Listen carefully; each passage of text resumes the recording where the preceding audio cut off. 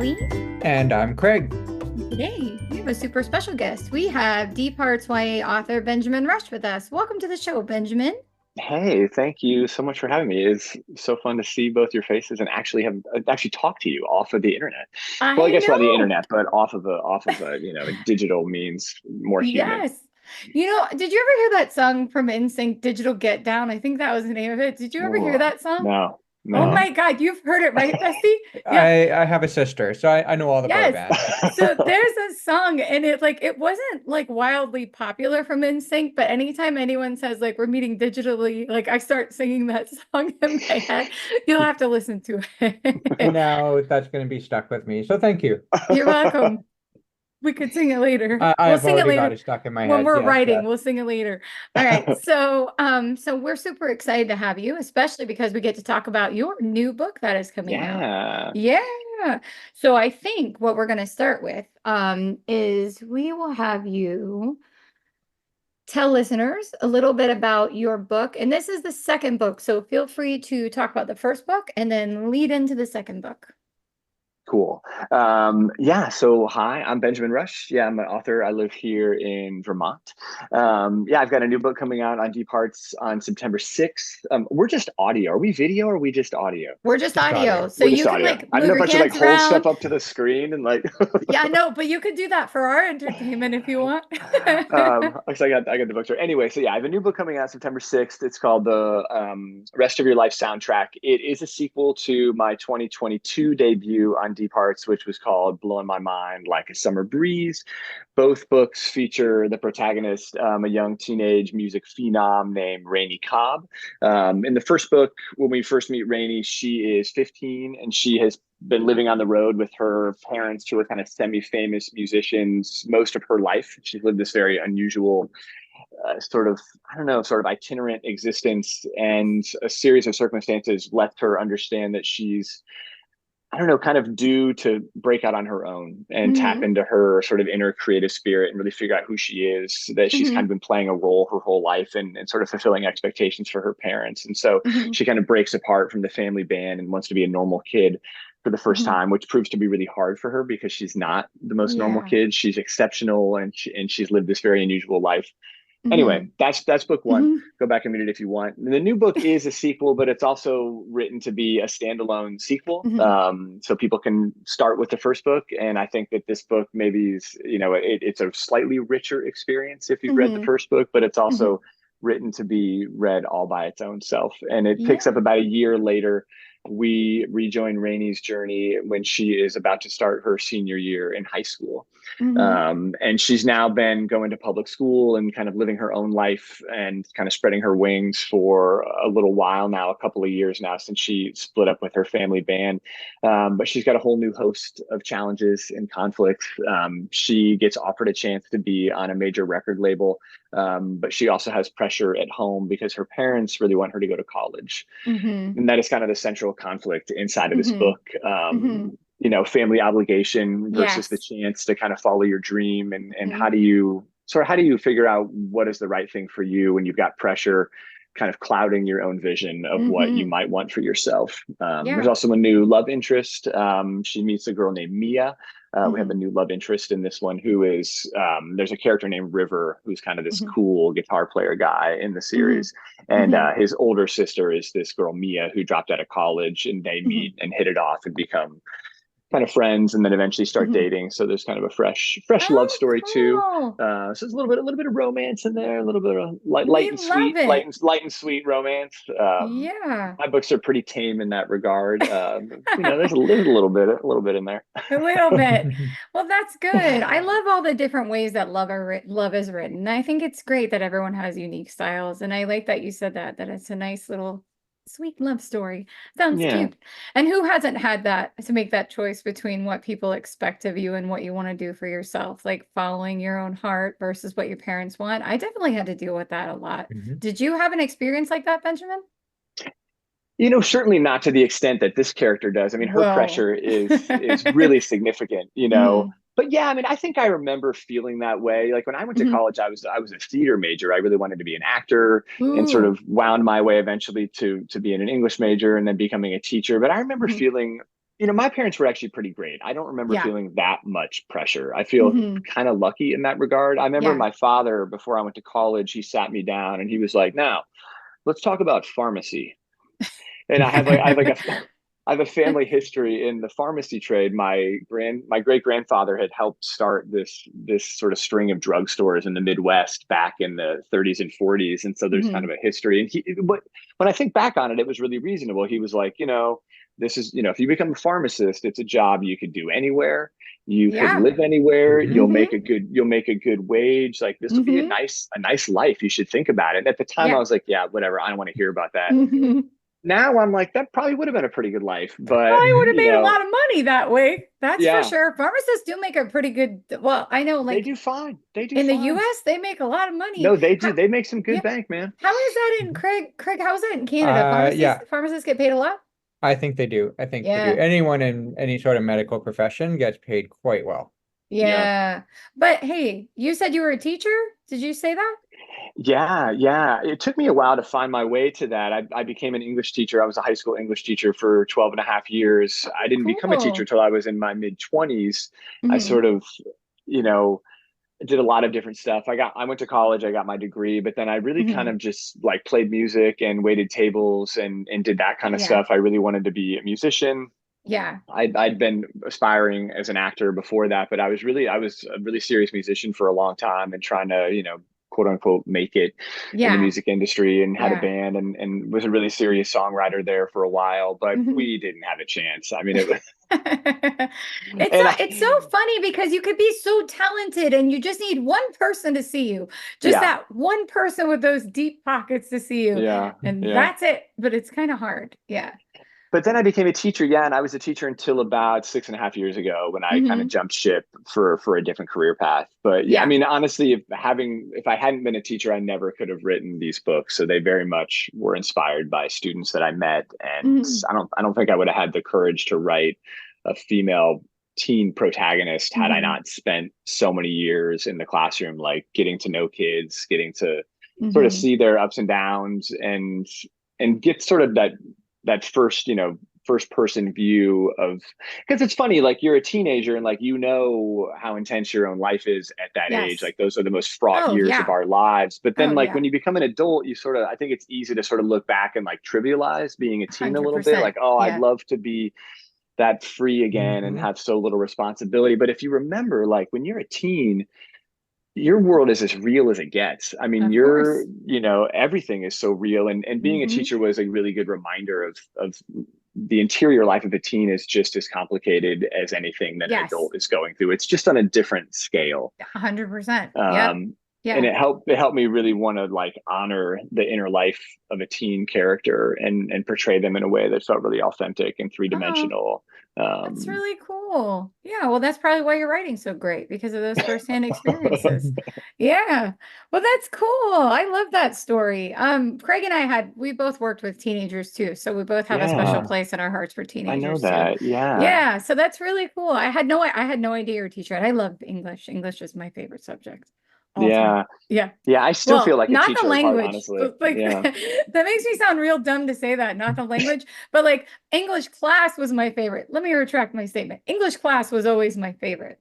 I I always loved No, I do English. wonder this though, Yeah. because okay, let's imagine this is in another country. So like here we call English class the class where you learn like language-based things, right? Hmm. Reading, writing. But here's what I Hmm. wonder, like in France, do they call that version of their class French? French class? I don't You know what I'm know. saying? Like, is the Hmm. class where they read Hmm. books and write papers Well, called French? yeah, And Craig, then in you had Spain, it's French called class. Spanish? You had Uh, French but class, I had no? French class in an English school, so it was Yeah. learning the It was language. It learning the wasn't, language. yeah, yeah. I You know don't what I'm know. saying? Like, why do we call it English? I mean, I they don't call it know. language arts, I know too, but like, I They think do, traditionally, yeah. I think more so now, but when I was a kid, it was always English class. English, English 1, English 2, and English 3. I was Yeah. an English major in college. And it's like, oh, Hmm. wow, well, you must speak really good English. You're really good at speaking I mean, English. I did earn a Congratulations. degree. Oh my gosh, that's funny. So I had never thought about that. I did one of my student teaching. I'm also a teacher. I Yeah. also did one of my student teaching placements in a school that had a French immersion program, and they Mm, did call it French. Like they're like okay. studying literature, and There French was French class. was Okay. French. Well, Okay. français. Français. Sure. Of course. Yeah. Of course. Craig, But Craig I've won the always French wondered that. award. I won the French award. There were 4 Yep. people in class, so it wasn't that hard, but I won the French award. Tell him what they gave you. It's my favorite story. Oh, a giant French English dictionary. Which, Wow. like, when I say giant, I mean like I 1,500 mean, pages. doorstop Yeah. giant. That's what he got Wow. for winning, for being the best But at it, is that he got a theoretically, dictionary. like, if I'm winning because I'm so great at French, should I be getting a Do I really dictionary? need the dictionary? Yeah. I wrote the dictionary. I actually really miss those I miss big dictionaries. The big dictionaries. Yeah, You know those what I'm were saying? Like the great. Yeah. doorstop, like we used to Mhm. have those at school, like in my classroom, Mhm. we'd, and I sometimes when Yeah. kids would like biff words, I'd be like, go get the dictionary. And I'd make them Yeah. go get like the gigantor dictionary off the Yes. shelf and like look up words. And Yeah. it was like a good experience. Like I don't even know if Yeah. my kids could go through a dictionary by hand if I they don't had think to. mine could. I don't think mine could. My girls could not go through a Yeah, dictionary I'm by not hand. I convinced that don't they think could. so. I'm not convinced they could do it. I'm not convinced either. Mine But- also can't write in cursive yet, but they're still kind of little. Do you remember what age we learned cursive, Benjamin? Was it Yeah, I 5th mean, grade or was it 3rd grade? I I can't feel like it was remember. younger. I feel like it's more like second or third. I mean, they say cursive is dying. I couldn't write it Yeah. with a gun to my head these Yeah, days. And no, they it's say real hard. they say another It's- generation and there won't be any cursive anymore. It's Yeah. all going to be gone. Yeah, I Um, believe that. I believe it because I can't do it.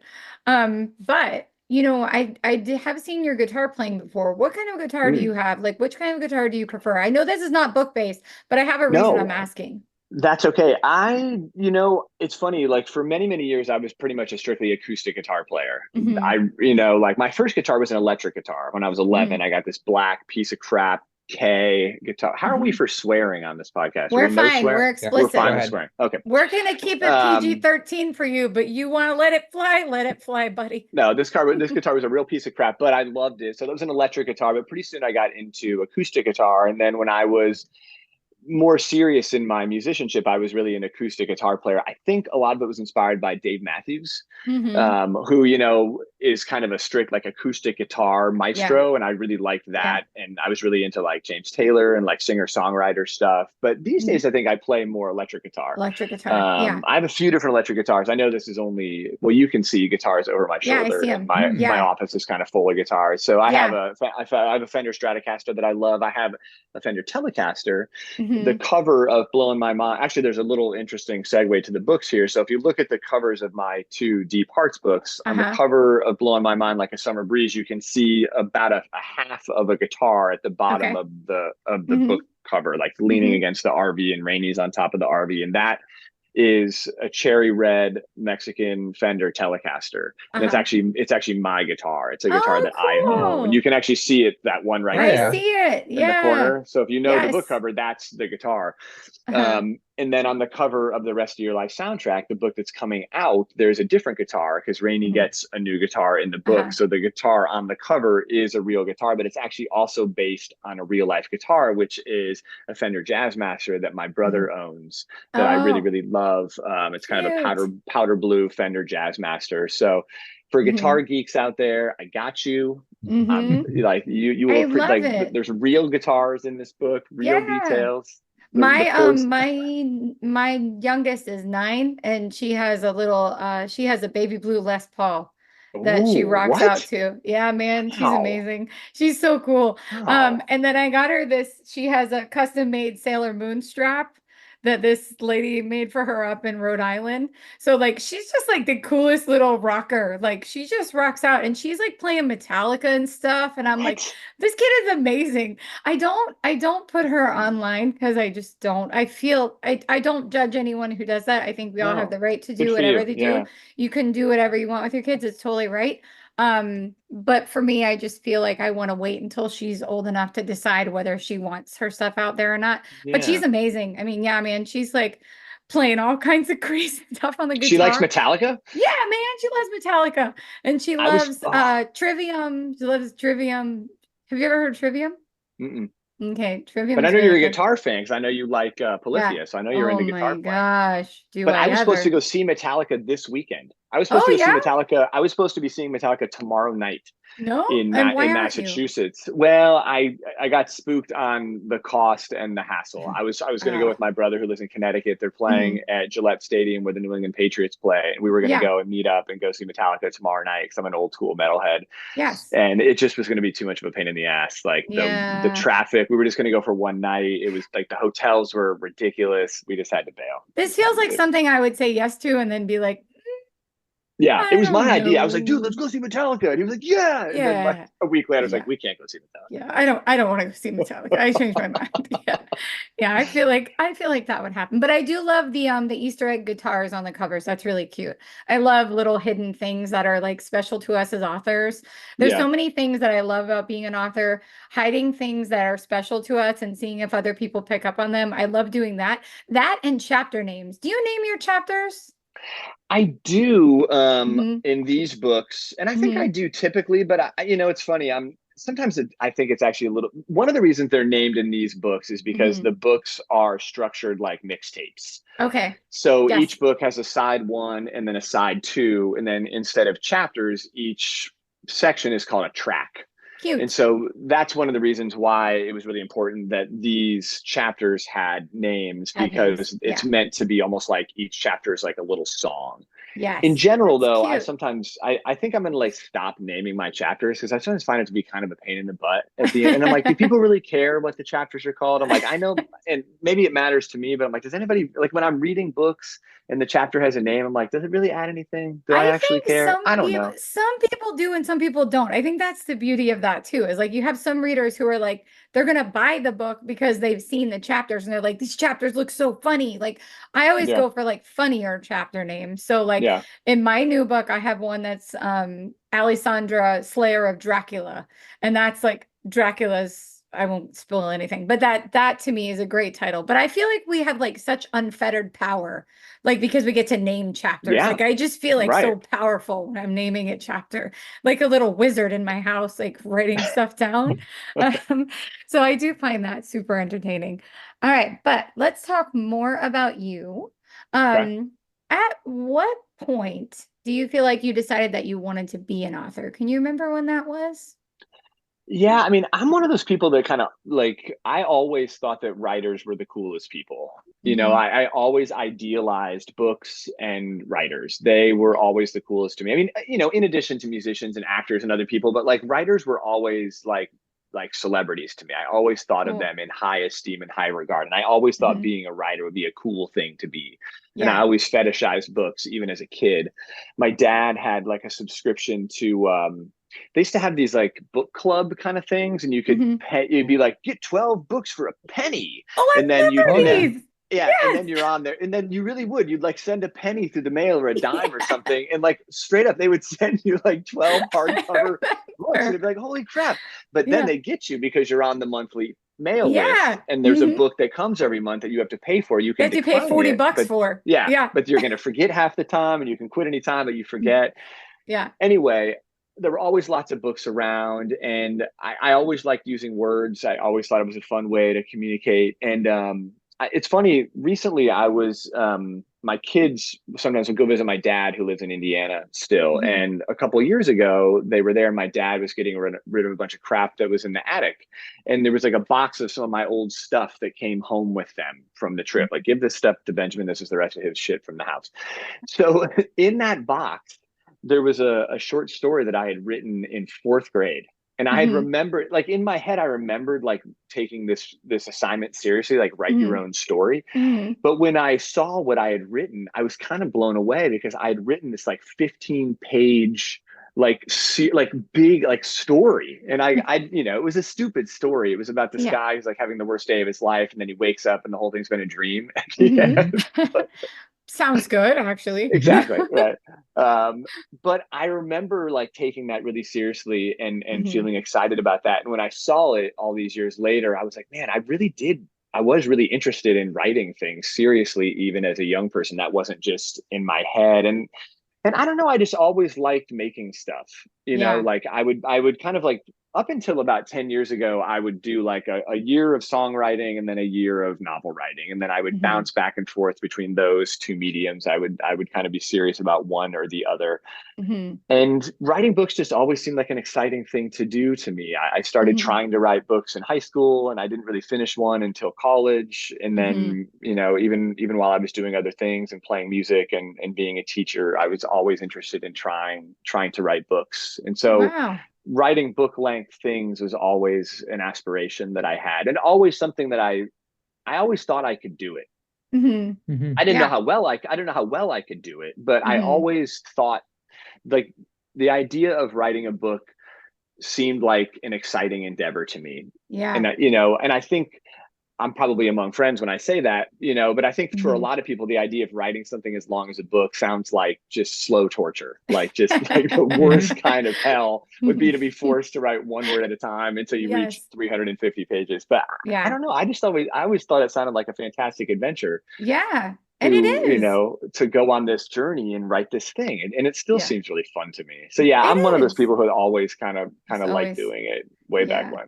Oh, that's so cool.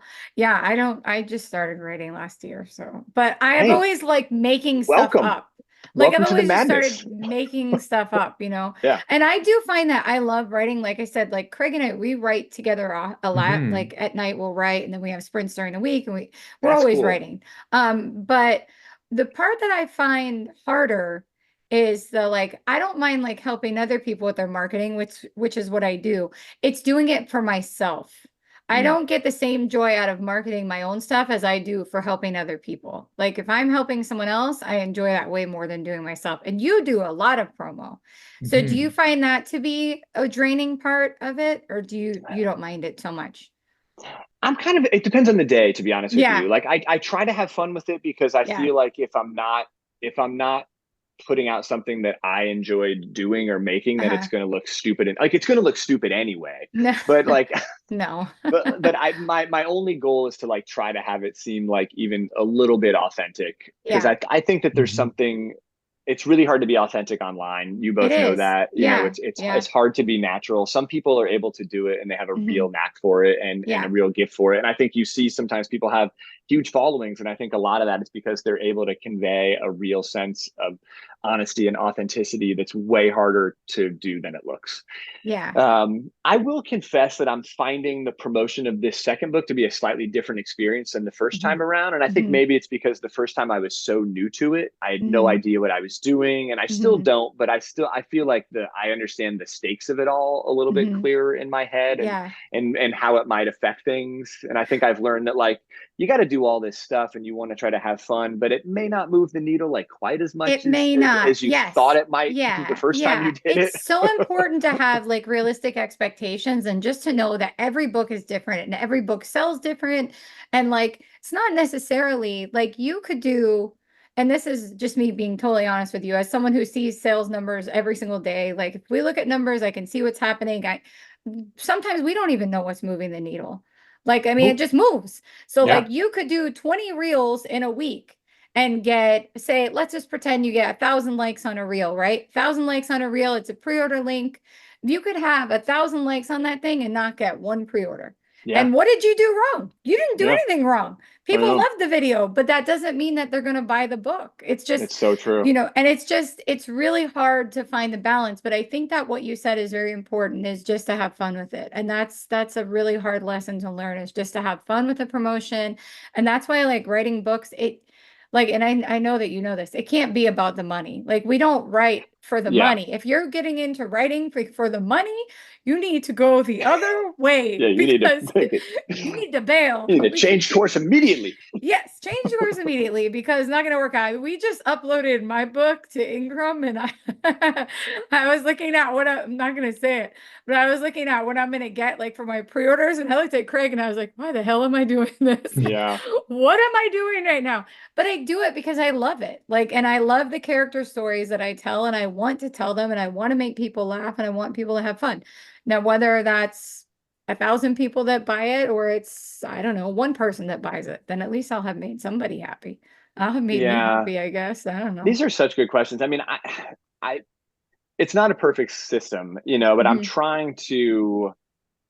think of it as a marathon, not a Mhm. sprint, you Yeah. know, but it's Yeah. hard. Like that's the mindset I'm trying to cultivate Yes. on my Yeah. best days. I'm trying to It, think of yeah. I'm trying to think of what I'm doing as like, you know, like I'm building a highway, not putting up a billboard, Yeah, you and you're know, doing a and great job. You are doing a great job. So tell yourself Hmm. that you are doing a great job. And like we have a lot of authors, and I can say that honestly, like you are someone that if you said, "Hey, would you help me post this or do you mind doing this?" Like I would stop what I was doing and help you out at any moment because you are that dedicated. So well, I like I know appreciate that. us as your publishers, like we definitely appreciate that. So Hmm. you are doing a great job. In fact, sometimes I'm like, "Oh my gosh, Benjamin posted something. Like let's stop and try and post it." Because we people don't realize that like we are working together 19 hours a day, but we also have other jobs. So Sure. that's why we're in That's what's contact. insane to me about what you both do. Yeah. So so sometimes we might not see something that someone posts. That's why we're big on like, hey, tag us or send us a DM because I never mind. If somebody messages me and is like, hey, I posted this, can you share it? Do you mind? I will always share it. Like I'm always happy to share other people's stuff. So definitely keep that in mind because we're always happy to share your stuff and we think you're doing a fantastic job. So Well, thank you. I mean, one of the things I yes. love about this relationship is that sense of camaraderie and family almost, you know, like, you know, Good. it's and I think it's I'm one of glad. the sort of although, you know, I will say talking to other friends that are on small presses, like that's not always the case. You Yeah. know, I think that Yeah. human touch that you all are able to give to authors is Oh, unusual. So I I'm commend you for glad. that. I thank Thank you you. for that. Oh, thank you. Thank I you. got a book acknowledgement yesterday, Benjamin. You Somebody did. acknowledged me in their Wow. book, one of her That's authors. I amazing. was so freaking excited. You have no Yeah. idea. Like No, Craig and I were in Zoom and he was formatting and he was like, "Oh, hey, they thanked you in their acknowledgments." And I was like, "They thanked who?" And he was like, "They thanked you." And I was like, "Oh my gosh, this is the greatest day ever."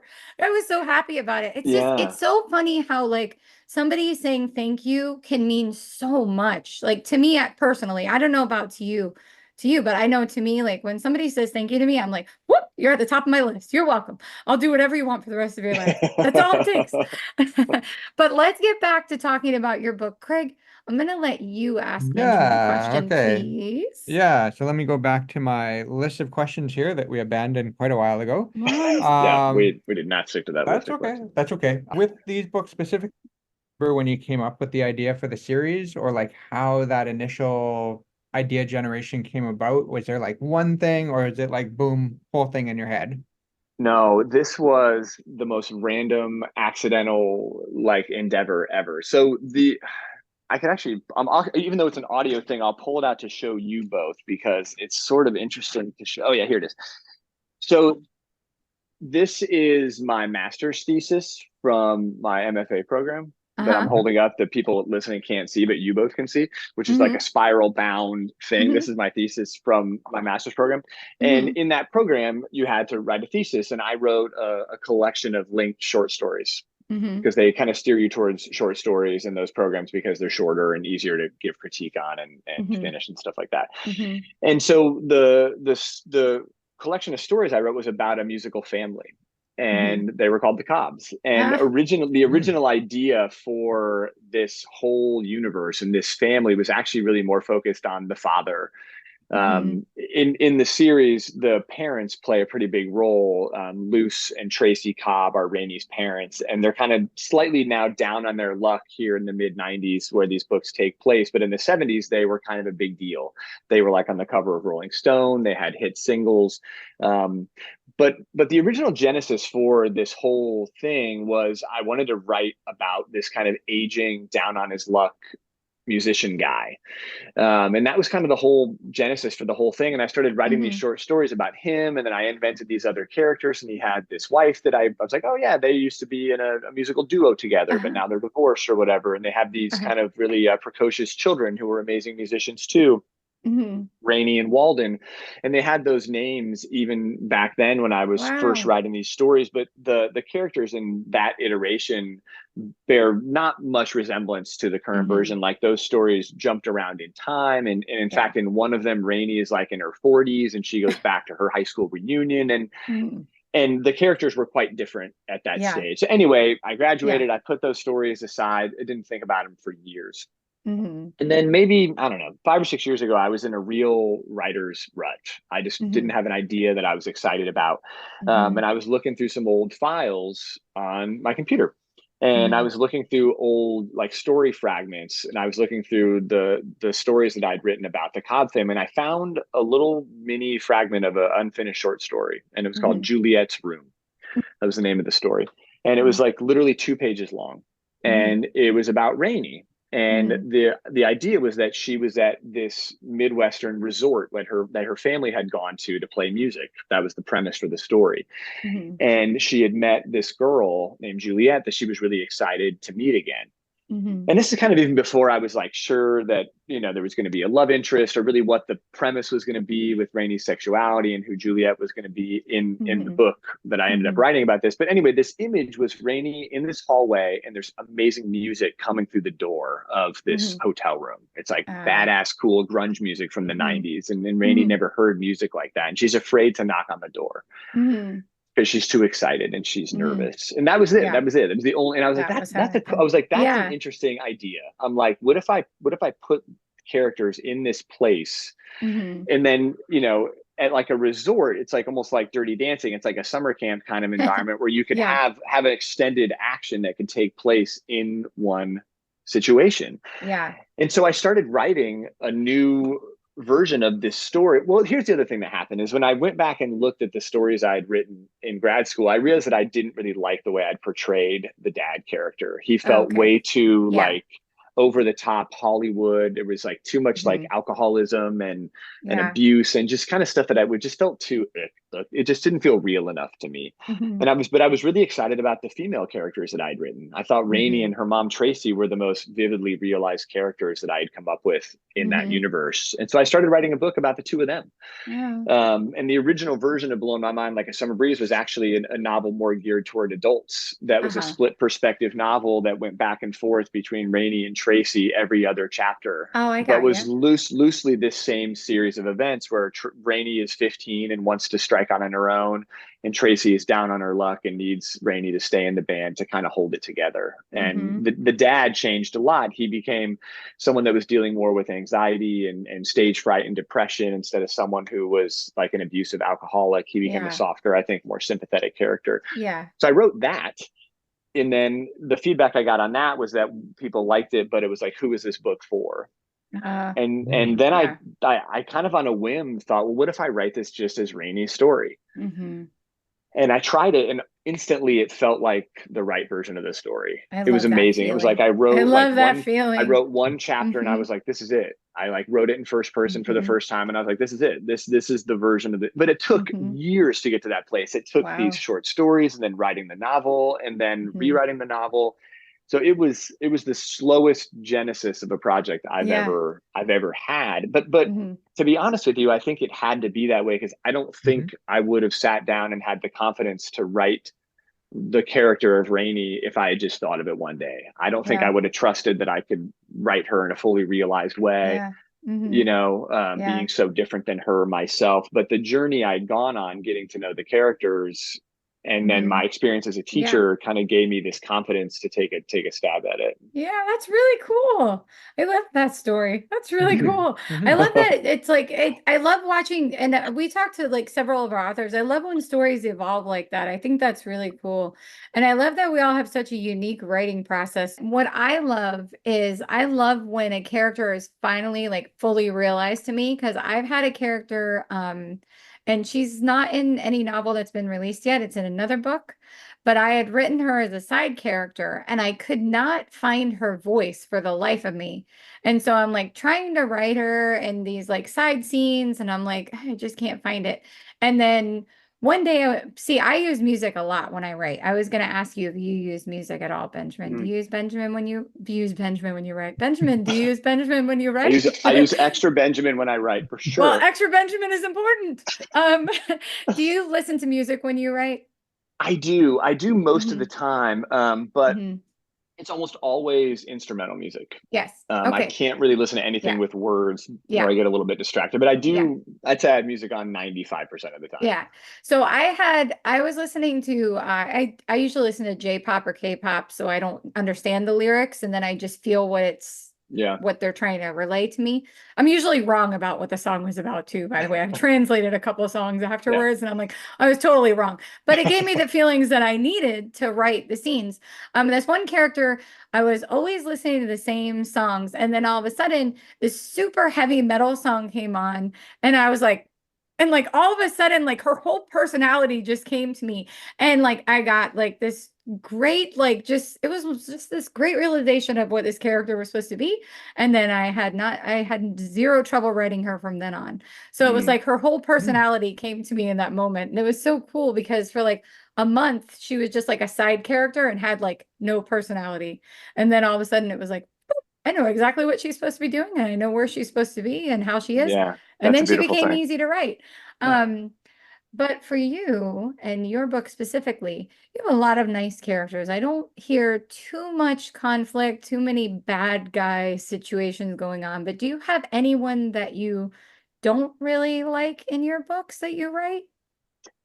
Um, yeah, it's funny. These books are a little bit unusual in that there's not like sort of clear, there are antagonistic forces and there are antagonists, but it's more in that traditional kind of like coming of age, I think, sort of track of story where, the self really is the primary Yeah. antagonist. You know what Mm-hmm. I mean? It's Yeah. like, I Yeah. mean, there are barriers, like her parents are a barrier to what she wants to achieve, societal expectations, but there's not a capital A antagonist in Yeah. these stories, and Mm-hmm. that's very much by design. Even though I Yeah. think it creates some challenges for the Mm-hmm. writer, I think, Yeah. because I think you have to be super clear on conflict and on desire Yeah. as the sort of like primary like drivers for the story. Like if you don't Mm-hmm. have that person or enemy they're bumping up against, you have to sort of that stuff all has to come out of a different source. But in terms of characters, Mm-hmm. characters I don't like writing, there was one character in the first book. She's kind of a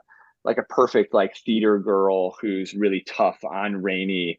Mm-hmm. I didn't really like, I mean, I liked writing her because she was sort of nasty. Mm-hmm. But she was a character that I would sort of roll my eyes You at didn't every really like, time yeah.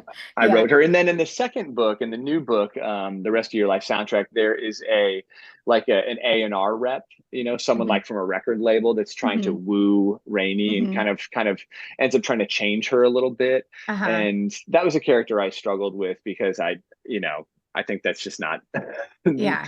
it's not the nicest thing, when someone Yeah, I think could no. be a little manipulative or trying to use someone's strengths against them or like kind of like mess with their head a little bit. Yeah. Those kind of mind games, I think that a teen can be so susceptible to. I I think, when an know. adult is playing that role, I like the way the Yeah. character came out, but yeah, Yeah, it's difficult she wasn't though. my favorite. Yeah. Okay, Bessie, your turn, because I was asking three Yeah. questions in a row. Yeah. So I'm going back to our list here. So that's the character that like sort of the small A antagonists are the ones you have trouble writing. Do you have like a favorite character? And if you're gonna say Rainy, pick a different one. No, I Why? wasn't. He didn't pick No, Rainy. no, yeah, I know that's like the obvious answer. I really like Pick a writing different one. her parents a lot. I have a soft spot for her mom, Tracy, because I feel like she's the character that is most easy to ignore, and her struggles are the easiest ones to not empathize with. But as Hmm. a parent, like her struggles feel incredibly real to me. So it's Hmm. interesting as I'm doing double duty a little bit as the writer of these books because I'm trying to be in the headspace of a teenager as the Hmm. protagonist, but as a Yeah. teenager of as a parent of teenagers, Yeah. I also can really sort of empathize with what the Yes. parents go through Mhm. a lot, and I think it's the character of the mom is one I have a soft spot for. Her career, really has faltered, and a lot of it is not her fault at all. The Hmm. world around her has changed, the culture around her has changed, the sound that people used to love from her, they don't really respond to anymore. And her Hmm. husband, who was like her partner in this endeavor, is kind of falling apart and can't be the partner to her that he needs to be to sustain their career. And so she kind of loses everything in a Hmm. weird way. And I Hmm. think it's really easy to just sort of like overlook that. I think especially for women, I think they're Hmm. expected to give up a lot, Hmm. even if they have a career and a family, I think they're expected to sort of do it all, have it all, but also be the ones to sacrifice the most Hmm. and also get the least credit for it. Hmm. And so Tracy is a character I have a real soft spot for because I think she makes the biggest sacrifices but gets the least credit for it. How much of your wife is written into Tracy? Not that much, honestly. I think Hmm. probably it's closer to like my mom's Your mom? generation. Yeah. Yeah. I think that was, like my family dynamic is super different than the one Yeah. that's portrayed here. Like my Yeah. own, Yeah. my domestic Yeah. day-to-day life. I Yeah. think this is closer to like what it was like To when I like was a kid. back in the day. Yeah, I got you. Yeah, Yeah. we're a slightly more traditional. Although, my parents always worked, both my parents worked, but I think like Yeah. gender norms were a little more rigid, when I was Yeah. a kid, and obviously the Yeah. generation before that even more so. I think these Hmm. things like evolve in real Yeah. time, but I think it was more based on Based my on that. perception of Yeah. women of my mom's generation than Yeah. my Because wife's. I find that like little bits of us sometimes creep into our characters, just little tiny pieces. And I wonder how unique that is to a writer. Like if that's just the people that I've talked to, or if that's kind of something that all of us do, that there's just these little tiny bits of personality stuck into each of these characters. Yeah, I mean, I think in a weird way, it's all us. I mean, Hmm. I think it's funny. People ask me like, how did you write like this a young girl character? Like Hmm. how did you even do that? And some people have found it a convincing portrayal, and they say, well, how did you, a middle-aged guy, possibly find your way? And I think it's a good question, but I think in some ways, like it misses some of the point, which is that like as writers, we're like the ultimate empaths. Like our Hmm. job is to be open and to Hmm. feel things and to make Hmm. connections and to Hmm. operate on that like core human level of connection and Yeah. emotion and feeling. And all that stuff is super universal when you Yeah. strip away Hmm. all the window dressing of Hmm. age and gender, which is always important stuff, but like deep down there, the feelings are very common.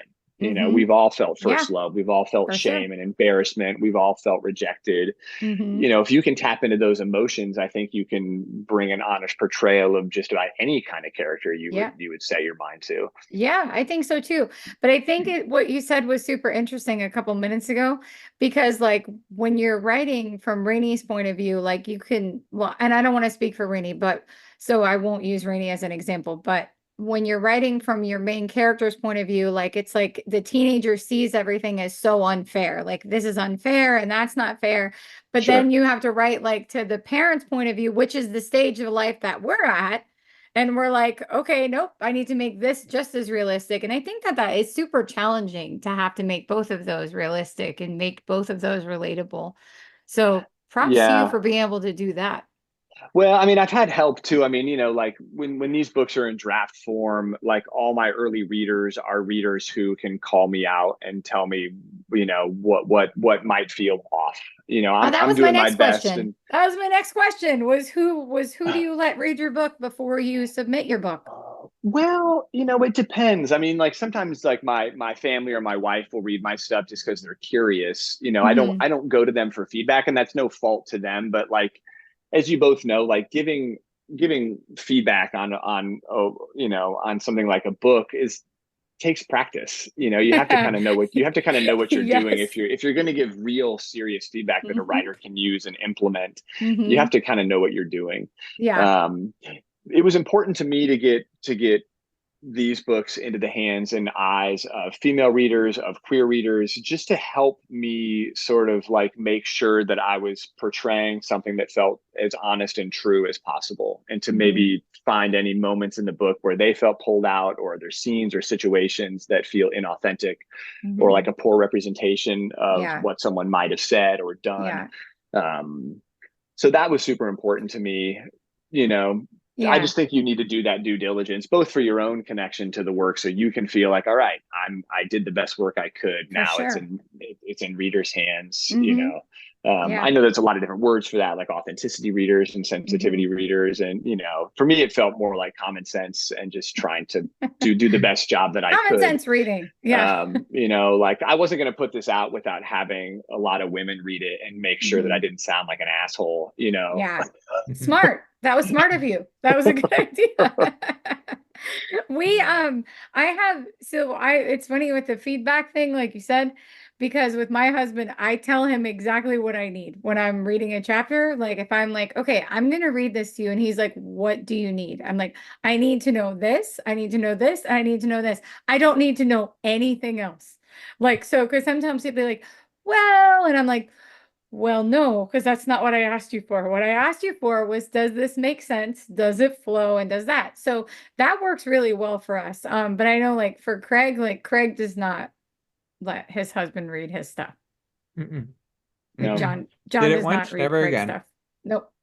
It takes a lot of trust. I mean, we're not really active at the moment, but I've been in a writing group for the past like 3.5 years with the same two writing friends, and they gave Yeah. feedback on both of these books and were invaluable in Yeah. their help. But oftentimes, I would be asking them really specific questions. Yes.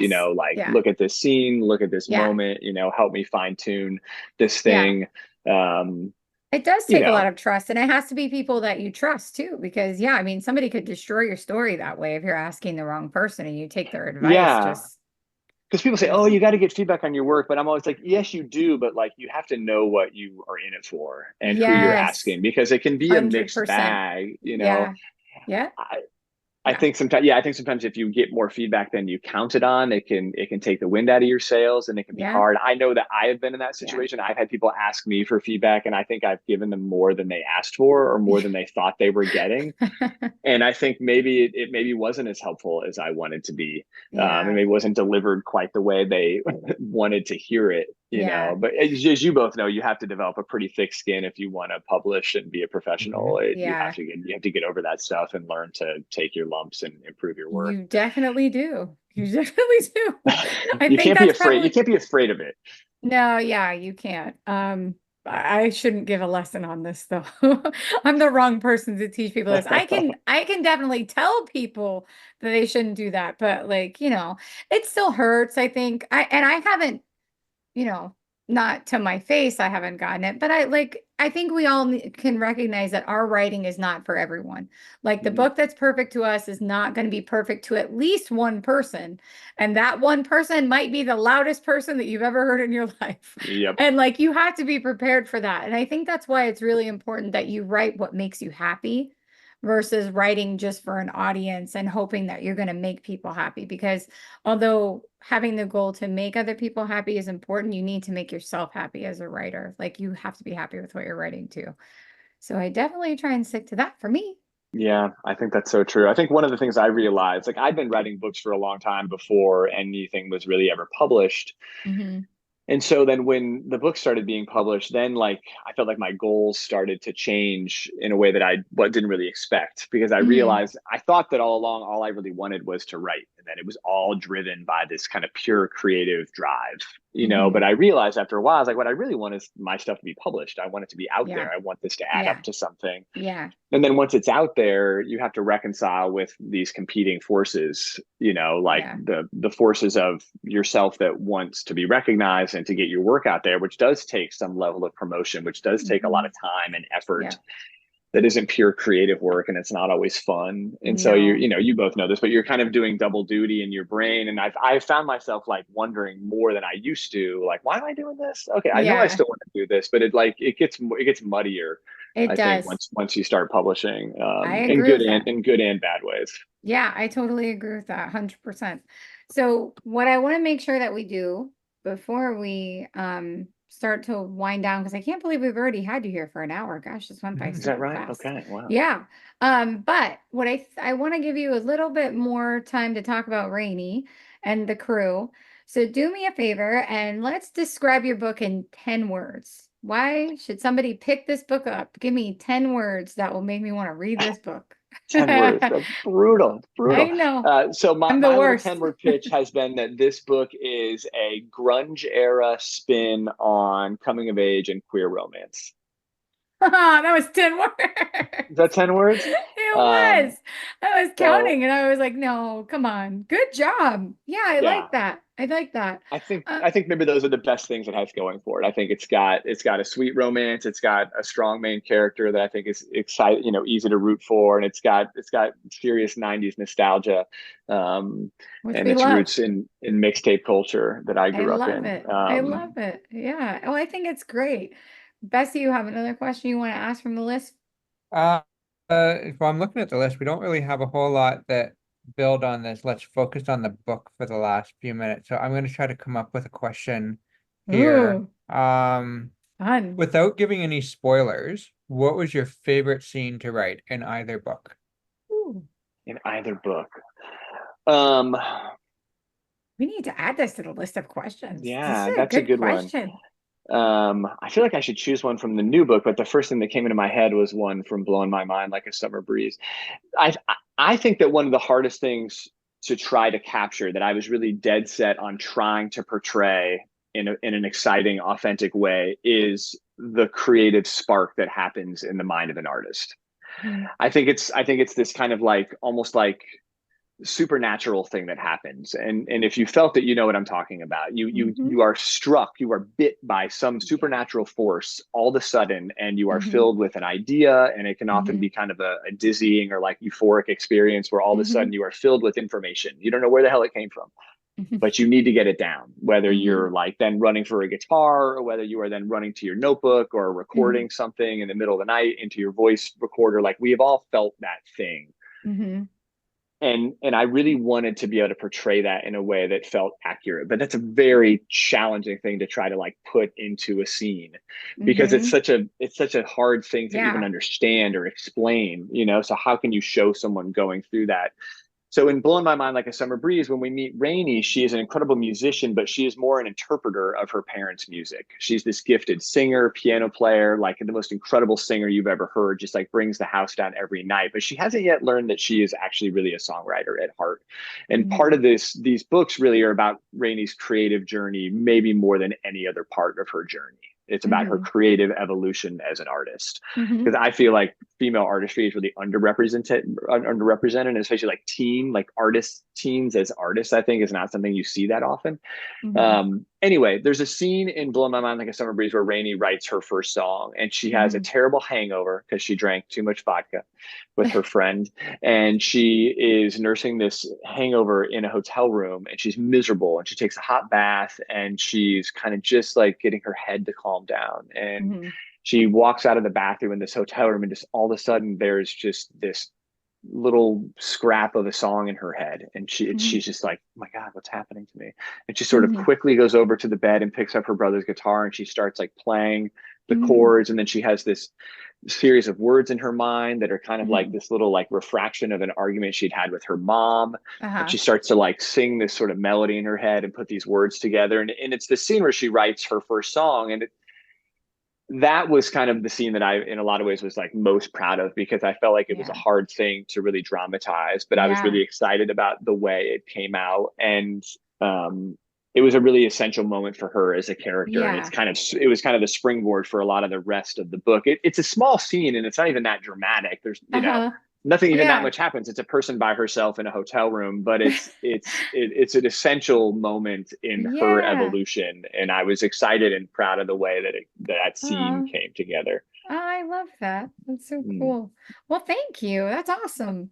I'm Yeah. trying to think if there's anything else we could ask him before he has to go. Well, there's the final test that we put all our Oh guests my through. God, yeah, Yes. we're gonna be Uh-oh. real mean to you now, buddy, because I I didn't knew you were going to prepare do you for something this. like this. It'll Yeah, be we're like the what my worst. favorite. I'm We're the going to invite to worst. lunch or something like that. No, you know what? No, I'm not gonna do that one. Um, but hold on, let me double check real quick. There's Sure. nothing we missed. Hold on. Names, I good think there's a present. couple questions we missed, but they're like not exactly book focused. I know, I just want to make sure. Benjamin, is there anything else you want to say about your book before we wrap you up? um, I don't know. I guess Because not. Check it out. I can cut this part out. So if you need to brainstorm real quick, then tell me. You got No, anything? not Okay, not particularly. you're good. Okay, I all hope right, people check it perfect. out. I think Rainy Okay, fans will cool. like it, and new readers will like it too. All right, so here's what we're gonna do. Okay, so Bestie, we know what it's Mhm. time for. Tell him what he's It's got to time do. to put the guest on the spot. So this is your opportunity to give us the final thought for the episode. Can be Final anything thought you of the want. day. What do you want people to take away? Final thought of the Wow. day. Mm, Okay, I got a final thought of the day because I was thinking about this a lot, and it is something to do with writing. Mm-hmm. I've been writing a new book, and I've been struggling with it a little bit, and I've been struggling because I think I've been overthinking too much. Mm-hmm. I've been too conscious in my brain while I'm writing the first draft, and I'm a huge believer that the first draft of something needs to be pure and uncorrupted. That's my process anyway, is that the first Mhm. draft needs to be pure and uncorrupted, and I can't be too critical of it. Otherwise I Mhm. ruin it. And I really Mhm. believe that about art. I think you have to like tap into something kind of pure and unencumbered by criticism in order to Mhm. make something beautiful. And Mhm. I've been really struggling with that. And so I read this thing on Facebook the other day. There's this writer that I used to not really know, but I met him once, this guy Richard Bausch, and he posts these great missives on Facebook that are kind of like little nuggets of inspiration for writers. And I've been really Mhm. struggling lately. And then I saw this post that he put out like 2 days ago, and it was all about what I've been going through. And his whole thing on Facebook was just, I almost want to read it, but he said, like, it's a mistake to overthink it. We don't even always know why what comes out comes out. You know, he was Mhm. he was going even back to like ancient, Greek oral stories, where it's sing in me, muse, this Mhm. calling to this higher sort of muse power. So I guess my final thought is any writers out there, cut yourself some slack, stop overthinking, Mhm. especially when you're coming up with something new and you're Mhm. just writing a story for the first time. Try as hard as you can, and I should practice what I preach more, but try as hard as you can not to be too hard on it, and let it come out in the form that it's meant to come out. And then you can be tough on it after the fact, but let it be born and let it breathe a little bit before you bring that critical eye to it. Because I think to me, that's where the heart of creativity really lives, and that's the most beautiful part of it. Perfect. What a great final thought. Good Yeah. for you. Well, we didn't rattle you at all. You are rattled at all. All I'm right, rattle now free. you are. Yes. Well, it was super fun having you, and I'm really glad It that we really got was. to spend some time with you. And definitely, we hope that everyone checks out your book on Yes. September the 6th. Yes, yes, And yes. yeah, thanks for hanging out with us. Yeah, it was Oh, my pleasure. It was good to see you both, and it was a lot of fun. And Yeah, have a my great pleasure. night. thank you. All All right, see you right. later. Bye. See ya. Bye. Now it's time for coffee with Callie and Craig. That was fun. Yeah, it was great to meet Benjamin. Yeah, I know. We talked to him a lot on Instagram and through email and stuff. So it was nice to Hmm. finally get to have a little chat with him. And yeah, I'm super excited about his book coming out Yeah, that's the rest of your life soundtrack. I believe it's September 6th. September 6th. Yeah, so his book is going to come out after my book, Frederick Gay, Hmm. Son of Dracula, on August 30th. And then his will be September 6th. And then Hmm. your book. Yes. Nobody Loves an Incubus will be on September 13th. Yeah, we got a lot of good stuff coming out. Hmm. But yeah, I had super fun with him. Yeah, I really love the Easter egg of the guitar like being on the Yeah. cover. I love that so much. That was really cool.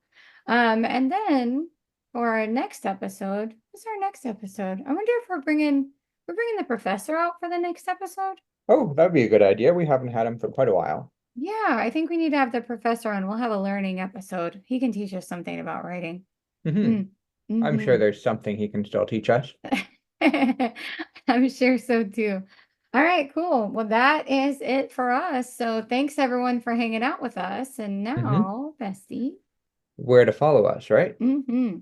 Yeah, so we are on YouTube, Instagram, Threads, Twitter. I think that's it. No, and TikTok. And we are Cali Craig Talk, CaliCraigTalk. Perfect. All right, awesome. Thanks everyone. We'll see you next time. Bye. Goodbye. Bye. Bye-bye. Bye. Bye. Bye. Bye. Bye. I said bye. Bye for real. Bye.